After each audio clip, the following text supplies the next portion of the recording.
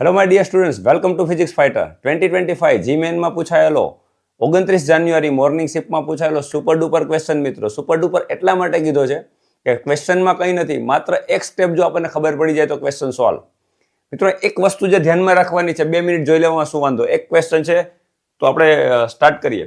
મિત્રો, અહીંયા શું કીધું છે કે ભાઈ એક પ્રકાશનું કિરણ જે છે અહીંથી દાખલ થાય છે એક માધ્યમમાં, બીજું કિરણ અહીંથી દાખલ થાય છે અહીંયા θ1 ના ખૂણે અને અહીંયા θ2 ના ખૂણે, અને બંનેની વેલ્યુ અહીં આપી દીધી છે. θ1 θ2 cos ઇનવર્સ n2/2n1. આ માધ્યમનો વક્રીભવનાંક n1 છે અને અંદરના માધ્યમનો વક્રીભવનાંક છે n2.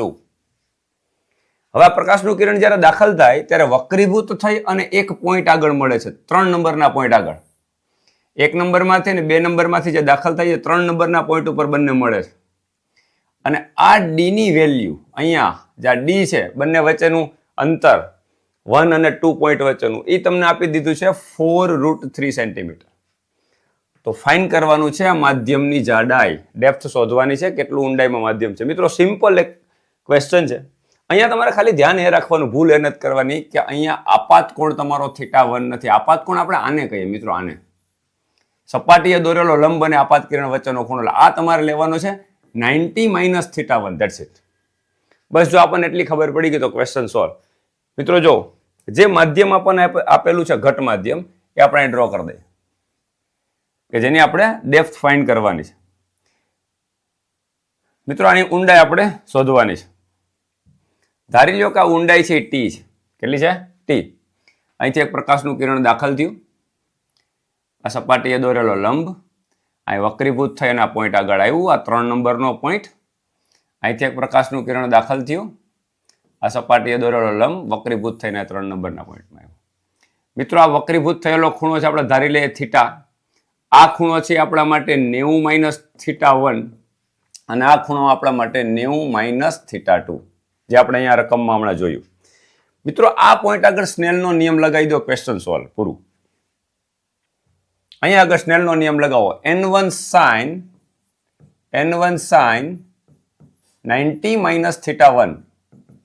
બીજું માધ્યમ છે એનો વક્રીભવનાંક છે n2, એટલે n2 sin θ. આપણા માટે વક્રીભૂત કોણ છે? sin θ છે. sin 90 - θ એટલે cos θ. તો n1 cos θ1 = n2 sin θ. મિત્રો, cos θ1 ની વેલ્યુ આપણને આપી દીધી છે. θ1 θ2 cos ઇનવર્સ n2/2n1. એનો મતલબ cos θ n2/2n1. તો n1 cos θ1 n2/2n1 n2 into sin θ. મિત્રો, n2 cancel out, n1 cancel out, તો sin θ = 1/2. મિત્રો, સાઇન ની વેલ્યુ 1/2 ક્યાં ખૂણા ઉપર થાય? 30 ડિગ્રી. એનો મતલબ θ = 30 ડિગ્રી. આપણને આ ખૂણો મળી ગયો. મિત્રો, જ્યારે આપણે પ્રકાશનું કિરણ કોઈ ખૂણે આપાત કરીએ છીએ ત્યારે આ વક્રીભૂત કોણ નાના ખૂણા માટે sin θ = tan θ લખી શકાય. તો tan θ અથવા તો tan 30 સામેની બાજુ, એટલે જે આની વેલ્યુ જે આપી છે ડી ની વેલ્યુ, એનું અડધું થશે. અને ડી ની વેલ્યુ આપણને આપી છે 4√3, એનું હાફ લેવાનું છે. તો આપણા માટે 4√3/2. tan θ = સામેની બાજુ, મતલબ આ એક ડી નો અડધો ભાગ, અને પાસેની બાજુ જે આપણે ડેપ્થ શોધવાની છે એટલે ટી.